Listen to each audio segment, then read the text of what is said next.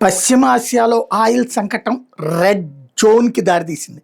ఇప్పుడు ఓ పక్కన oil gas ఉత్పత్తికి ఆటంకం ఏర్పడడం, హార్ముజ్ జలసంధిలో ఇంకోవైపున షిప్స్ రానివ్వకపోవడం, 20% నౌకలు ఆయిల్ గ్యాస్ రవాణా ఆగిపోయినటువంటి నేపథ్యంలో ప్రతిరోజు 13 నుంచి 18 మిలియన్ బ్యారెళ్ల క్రూడ్ ఆయిల్ సప్లై అయ్యేటటువంటిది కాస్త నిలిచిపోవడంతో International Energy Agency chief Fatih Birol తాజాగా ఇప్పుడు హార్ముజ్ను తెరవకపోతే తీవ్ర ప్రమాదం ఎదురవుతుందన్నట్టు హెచ్చరిక జారీ చేశారు.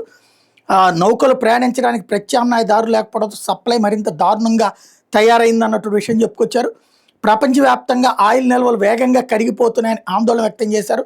మార్చి నెలలో IEA 32 సభ్య దేశాలు కలిసి మార్కెట్లోకి విడుదల చేసినటువంటి రికార్డు స్థాయి 400 మిలియన్ బ్యారెళ్ల అత్యవసర చమురు నిల్వలు కూడా పూర్తిగా అరించుకుపోయినాయి అన్నారు. దీంతో రెడ్ జోన్ హెచ్చరికలు పశ్చిమాసియాలో నెలకొన్న ఉద్రిక్త పరిస్థితుల కారణంగా ప్రపంచమంతా రెడ్ జోన్లోకి వచ్చేసింది. జలసంధి మూసివేత భయాలు, వేసవకాలంలో పెరగడం డిమాండ్ కారణంగా క్రూడ్ ఆయిల్ సప్లై స్తంభించి ధరలు భారీగా పెరిగే అవకాశం ఉందని చెప్పి ప్రకటించారు.